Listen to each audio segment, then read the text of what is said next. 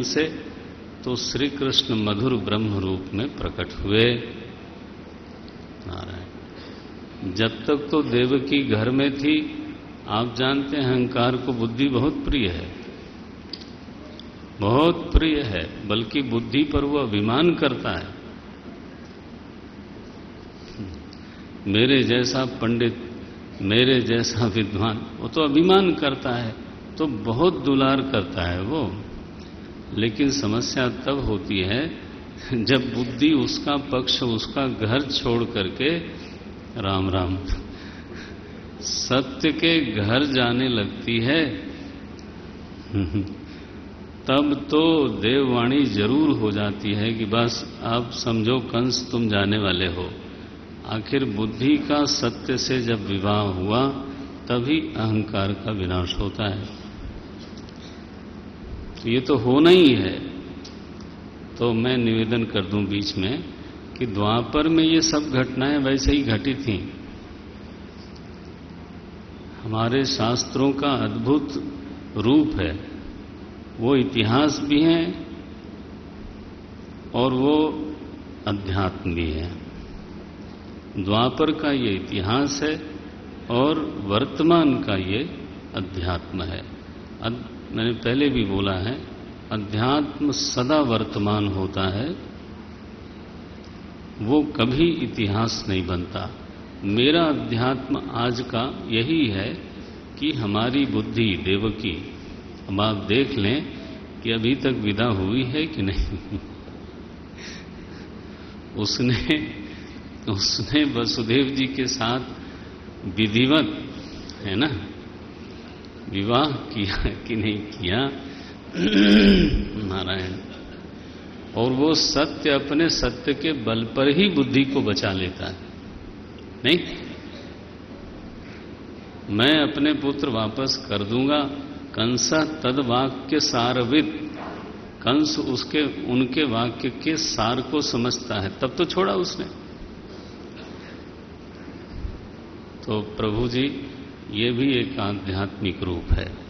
अब कंस महाराज जो अहंकार है ना, आप जरा सोचो उनकी पत्नी कौन होगी।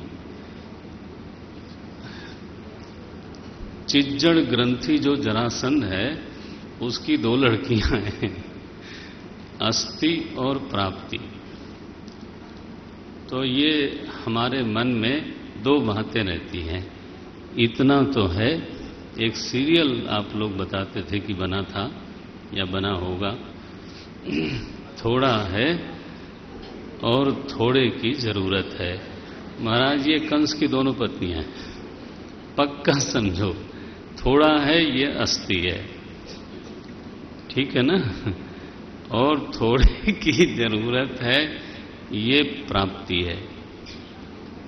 तो ये दोनों पत्नियां हैं, विधवा हो गई, तो चली गई अपने पिता के घर। वो बहुत बलवान है, असली बलवान तो वही है, जरासंध महाराज। उसने भगवान के राज्य पर, राज्य तो उग्रसेन का था, लेकिन दिलों के राजा तो भगवान ही थे। तो मथुरा पर उसने 17 बार आक्रमण किया। भगवान उसकी सेना को हराते थे, मारते थे और कुछ लोगों के साथ उसको छोड़ देते थे। इसलिए छोड़ते थे कि वो फिर से दुष्टों का, जो उसका समाज बचा हुआ है, फिर से उसको गोलबंदी करके ले आवेंगे। तो मैं कहां जाऊंगा ढूंढने के लिए कि कहां है कहां नहीं है। यही सबको निमंत्रित करके ले आवेगा। तो महाराज 17 बार उसने सेना जुटाई और भगवान ने 17 बार इनकी करी पिटाई। ये हुआ।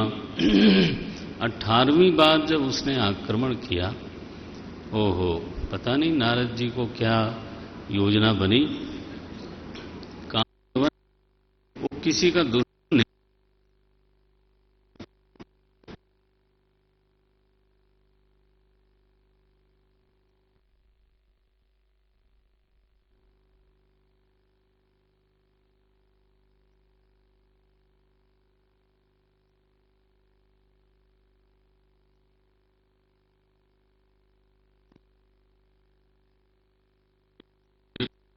वो। अब वो आके द्वार पर खड़ा हुआ महाराज यवन सेना के साथ। जरासंध ने देखा कि ये कौन है, फिर उसको लगा कि ओहो, ये भी हमारी पार्टी का लगता है, कृष्ण का शत्रु है, तो ठीक ही है फिर। और उसने महाराज ललकारना शुरू किया। तो भगवान को लगा कि अब हो गया, बहुत हो गया। तो अब हमारी प्रजा को और हमारे लोगों को लेकर के यहां से जाना चाहिए। भगवान ने योग माया से तो समुद्र के अंतर्गत श्री द्वारिका धाम का निर्माण किया और संकल्प मात्र से ही अपने सभी परिकर को वहां पहुंचा दिया। और प्रभु अकेले द्वार से निकले हैं। कालियवन ने देखा और कोई नहीं, इतना साहस इसका, अकेले आ गया। भगवान थोड़ा आगे बढ़े, उसको लगा अब युद्ध होने वाला है, एकदम भाग खड़े हुए।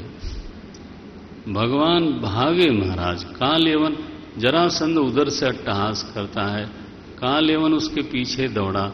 बोले युद्धे चाप्य पलायनम, क्षत्रिय का धर्म है युद्ध में भागना नहीं, रण छोड़ कहीं के। भगवान ने कहा अच्छा नाम है, बोलिए रण छोड़ भगवान की। बोले बहुत अच्छा नाम है, मैं जब घमोचन स्वीकार कर सकता हूं तो रण छोड़ तो बहुत अच्छा है। महाराज रण छोड़ने पर भी उनको यश मिला। भागे भागे गए गुफा में, वहां मुचकुंद सोए हुए थे। देवताओं का उन्होंने देवताओं की मदद की थी तो बहुत थक गए थे। तो देवताओं ने पूछा क्या दिया जाए।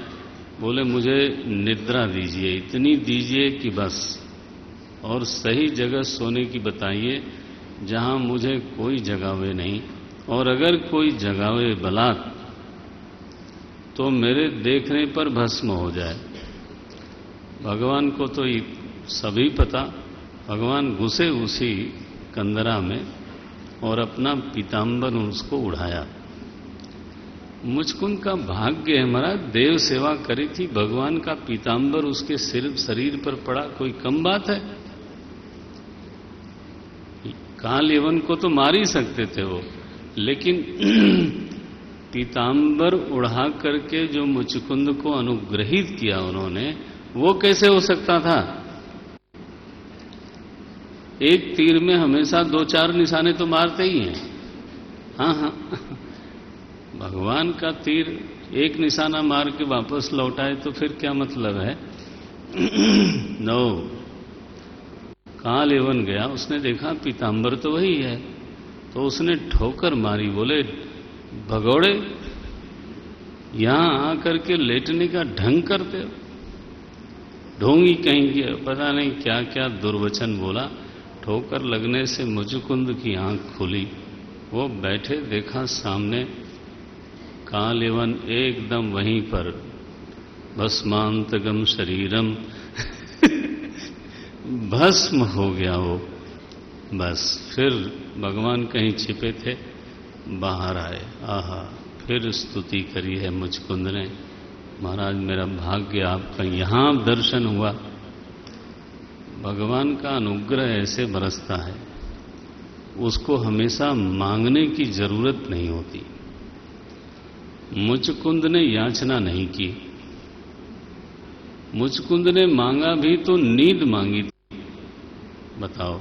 लेकिन उसने जो देवताओं की सहायता की थी, जो परोपकार किया था, व्यशेम देव हितम यदायु, उसने जो ये किया था वो व्यर्थ थोड़ो जाने वाला है।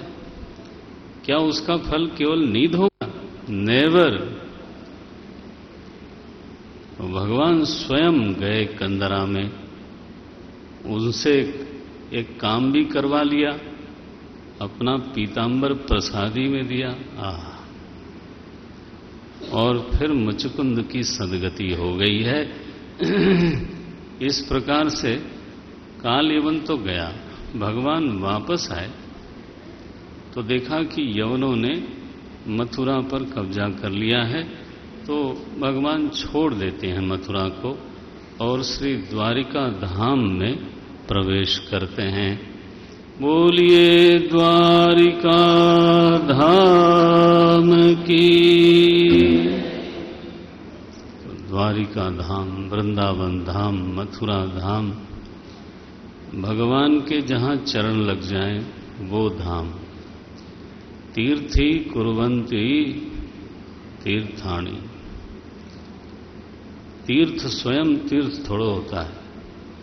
भगवान या भगवान का भक्त जहां रह जाए, जहां निवास करे, जहां एक रात भी निवास करे, वो तीर्थ है। प्रभु राम जब तक चित्रकूट नहीं गए थे वो तीर्थ थोड़ो था। जब तक श्रृंगवेरपुर नहीं गए थे तब तक वो तीर्थ नहीं था। जब तक वो द्वारिका उन्होंने नहीं बनाई तब तक तीर्थ थोड़ो था। वृंदावन एक वन था, लेकिन इसका भाग्य देखो, भगवान ने इस स्थली को अपनी लीला भूमि बनाई और 11 वर्ष तक